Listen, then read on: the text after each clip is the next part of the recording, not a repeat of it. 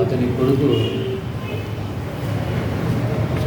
Shankar Reddy complaint ఇవ్వడం జరిగింది. Sadar complaint మేరకు మదనపల్లి 2 టౌన్ పోలీస్ స్టేషన్లో crime number 202/2024 under section 103 BNS act కింద మర్డర్ కేసు కింద నమోదు చేయడం జరిగింది రఘునాథ్ రెడ్డి మీద. రఘునాథ్ రెడ్డికి ఈ చిన్న రెడ్డికి చనిపోయిన వ్యక్తికి రఘునాథ్ రెడ్డి తర్వాత శంకరెడ్డి ఇద్దరు కొడుకులు ఉన్నారు. అయితే ఇతను గతంలో గోల్డెన్ వ్యాలీ కాలేజీలో కూడా లెక్చర్గా పనిచేయడం జరిగింది. తర్వాత తండ్రి ఇతనికి మధ్య గొడవలు రావడంతో చిన్న రెడ్డి బయటికి పంపడం జరిగింది. ఇతను షేర్స్ కొనడం అమ్మడం చేస్తూ ఉంటాడు. దాంతో కూడా నష్టపోయినాడు ఇతను రఘునాథ్ రెడ్డి.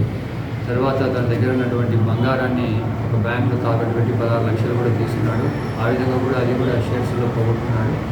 అప్పులు ఎక్కువ కావడంతో తండ్రిని ఉన్న ఆస్తిని పంచేయమని చెప్పేసి చాలా రోజుల నుంచి కోరుతూ ఉన్నాడు. అతను పంచి ఇవ్వడం లేదు. ఈ క్రమంలో అతను 17వ తేదీ వాళ్ళ నాన్న వాకింగ్ పోయినప్పుడు తన యొక్క హుండై కారుతో గుద్ది చంపడం జరిగింది. ఆ విషయాన్ని తన తమ్ముడికి చెప్పడం జరిగింది. తమ్ముడు వచ్చి మనకు కంప్లైంట్ ఇస్తే ఆ కేసును నమోదు చేసి ఇన్వెస్టిగేషన్ చేశాము.